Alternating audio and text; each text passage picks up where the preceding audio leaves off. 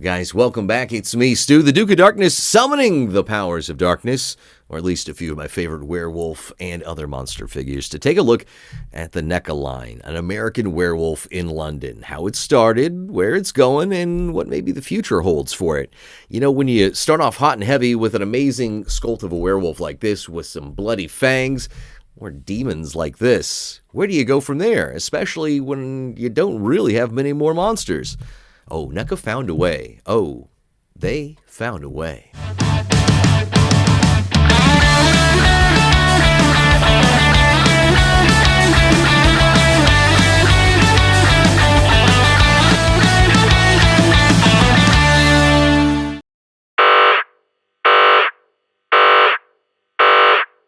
An American Werewolf in London, released in 1981. It was written and directed by John Landis, and the makeup effects by artist Rick Baker, and he's done a lot of amazing things over the years, and some things that NECA's going to be releasing coming up a little bit later this year. And today we've got the ultimate Jack Goodman and David Kessler. That's played by David Naughton as Kessler and Griffin Dunn as Jack Goodman. A lot of great stuff here, a lot of action figure awesomeness to take a look at, and I'm telling you, really excited to see what the future holds for this line. Well, guys, another set of amazing action figures here from NECA, and really anything involving monsters in NECA, sign me up for it. Twice on a Sunday. And it all started off really well when it came to the first werewolf figures. This is David Kessler transformed as a werewolf, and it's probably my favorite version, where the fangs are out, it's bloody, gory, like that's awesome. This is truly the essence of that character in the movie once he starts making his changes. And if that wasn't enough, then next came the ultimate American Werewolf in London, Nightmare Demon. So these guys, coming from that part in the movie where they are basically breaking into his house, it's a fever dream. They kill him and his entire family, and they do it one by one, and it's just crazy and intense. But just a lot of great makeup effects there.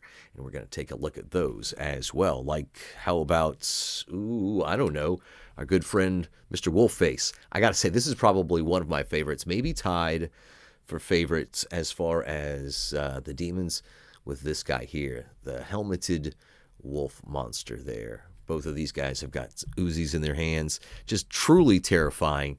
Just absolutely disturbing, but they did a lot of great work in here. Now, this was basically a build-a-figure, or rather a troop builder. That's really what I should say.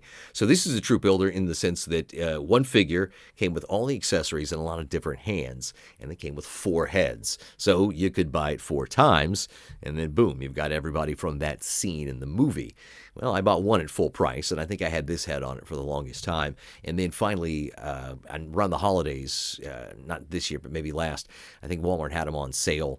And it was maybe somewhere between $15 and $20 is what I paid to get 3 out of the other 4 of them there. So if you can still find them on a deal, it's absolutely fantastic.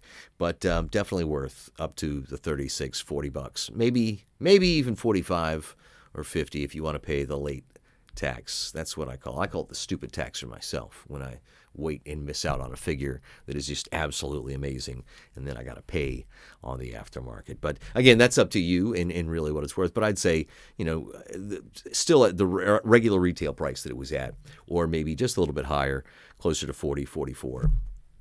You might say that that's still a really good deal. But obviously, this is probably the best werewolf figure that I think anybody has ever made. But that's just my humble opinion. And this is the same folks who have given us, Larry Talbot as the werewolf. Of course, the color version is my favorite. I love the fact that they are doing the black and whites. Even though the movies were in black and white, I just like them in color. It feels more realistic to me like that. And I think it brings out a lot of the detail that would have been there. Because let's face it, guys, black and white is glorious, but if they could have shot it in color, you absolutely know all of those movies would have been in glorious Technicolor. And another werewolf figure. How about this, Raph? Yeah, the Wolfman fusing the Ninja Turtles together. A lot of great werewolves to choose from, so it's really hard to pick a favorite. It's like, who's your favorite son, right? Who's your favorite child? But taking a look at the absolute newest part of the line, we've got our good friend David Kessler and his buddy Jack. They're hitchhiking across England in the movie, and then things go awry on a moonlit night on the moors when they run afoul of a werewolf that looks remarkably similar to this, and then all hell breaks loose. Well, David gets bitten, and his poor buddy Jack gets absolutely mauled, just destroyed.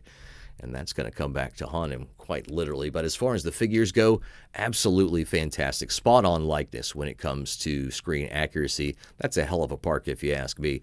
And down even to the details, the leather little bindings, or what would be the leather little latch pieces there.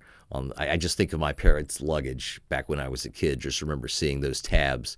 They look very similar to that. So I love the detail they get, even in the most mundane parts of it.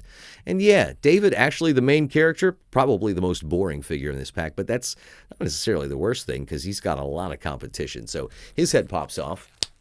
Relatively easy, like thus and so. And then he has got the head to replace it. Is that one scene in the movie where he's kind of looking in the mirror, and this is like right when the changes are first starting to take effect on him. And he's starting to see things, and he sees himself as some kind of spook. And I got to say, that is a fantastic head sculpt right there.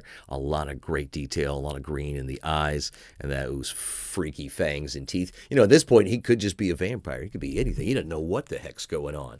But the head pops on like thus and so. Goes on pretty well. Also, now he's kind of back heavy. What with the large backpack, it's empty. There's nothing there. It's hollow, but still just the size of it. So you got to kind of have him leaning forward just a little bit. But that's really cool. But the standout piece of this is Jack, not just in his regular parka. Again, pretty dope parka, pretty dope backpack. But I tell you what, let's face it. We're not here to see him in all of his pretty form. No, we're here to take his head off. We're here to maim him. We're going to remove his parka and put on all of the accessories. You remove these pieces and slide them on just like that. And then he's got a brand new set of arms. Because basically, if you haven't seen the movie, spoiler alert, it's been over 40 years. You've had your shot. Anyway, he gets mauled by the same and killed by the same werewolf that bites old David here. Well, David gets to turn into a werewolf because he survives. But Jack and everyone else killed by the werewolf is cursed. Cursed to not quite go anywhere. They're in limbo, hanging out, not in heaven, not in hell. They're just damned if they do, damned if they don't.